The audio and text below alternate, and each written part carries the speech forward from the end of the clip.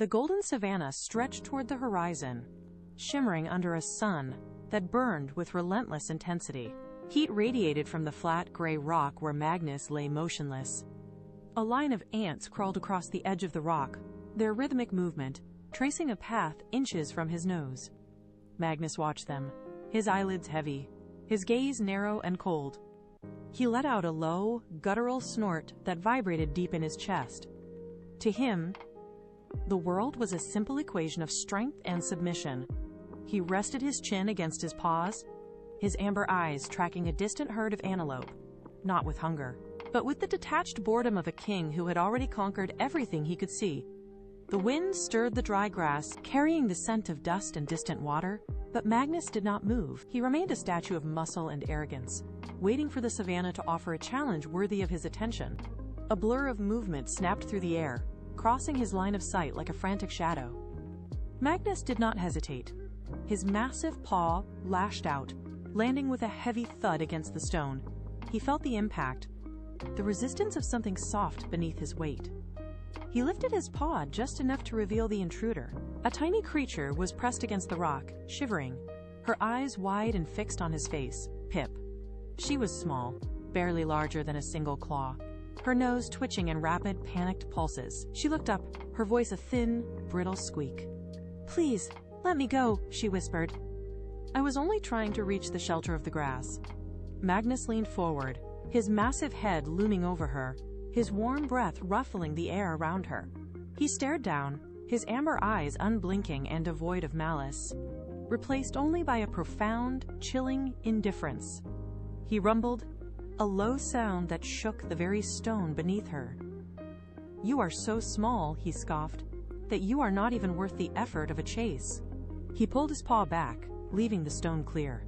Pip did not wait for a second thought. She scrambled into the tall, swaying grass, vanishing into the green depths without once looking back. 3 sunrises passed, and the savanna air grew thick with river mist. Magnus moved through the reeds, his tail swaying in rhythm with his heavy, calculated steps. He reached the muddy bank, his focus locked on the water ahead. Without warning, a shadow eclipsed the sun. A heavy, woven net collapsed from the canopy above, crashing down with a sound like a sudden storm. It hit his back with crushing weight. Magnus lunged, his claws tearing at the air, but the coarse ropes caught his limbs and dragged him into the mud. He tried to stand, to shake the burden off, but the net caught on every ridge of his frame. With every thrash of his body, the knots tightened further. He roared, a sound that shattered the stillness and sent birds scattering from the trees. But the only response was the sound of fiber, pulling taut against his skin. He twisted, his muscles bunched and straining until they burned. Yet the net held firm. His heart hammered against his ribs as the reality of his confinement took hold. The predator was now the prey, held fast by a web of rope that refused to yield to his strength. He pulled again, his breath coming in ragged gasps, but the trap remained unbroken. The echoes of his roar died away, leaving only the sound of heavy, ragged breathing. Magnus lay pinned, his gaze fixed on the muddy ground, waiting for an end that felt inevitable. Then, a rustle. A soft, rhythmic scratching sound moved through the reeds. Pip emerged from the tall grass, her eyes locked onto the thick, woven knots, anchoring him to the bank. She did not hesitate. She climbed onto the heavy mesh, her tiny paws finding purchase on the coarse fiber. Magnus watched, his pride replaced by a hollow, biting disbelief. "You are too small to break these," he grunted, his head drooping into the mud. "Go! Save yourself!" Pip did not look up. She pressed her nose against the thick cord and began to gnaw. Her jaws moved with a frantic, steady persistence, her teeth working against the woven material. Magnus stopped thrashing. He held his breath, watching the tiny slivers of fiber fall away. Suddenly, a sharp pop echoed through the clearing. One thick strand snapped, vibrating with the release of pressure. The net slackened just enough for him to move his shoulder. His amber eyes widened. A spark of hope ignited in the dark, desperate space of his mind as the mouse moved to the next knot. The rhythm of the gnawing intensified, a rapid-fire sequence of tearing sounds that filled the silence. Pip moved with mechanical precision, her jaw muscles working the fibers until they frayed into thin wisps. Another strand gave way, then another. Magnus felt the suffocating grip of the net loosen.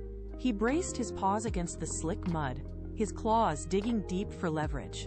He felt the tension shift as the final, critical chord held for one heartbeat longer. Then, a sharp, metallic snap echoed in the clearing. The net collapsed. Magnus lunged upward, his powerful shoulders surging against the remaining resistance. The ropes tore apart like dry grass. He tumbled forward onto the solid earth, free of the tangle that had held him captive. He stood tall, shaking the river mud and debris from his mane, his breath coming in deep. Controlled rhythm. He looked down at the ground. Pip stood amidst the frayed, useless rope, her sides heaving with exhaustion. Magnus lowered his massive head until his nose was inches from her. The lion who had once dismissed her as worthless now watched her with a stillness he had never known. The giant stood humbled, the power of his presence softened by the reality of the small life that had saved his own. Deliberate gait, the lion turned toward the horizon.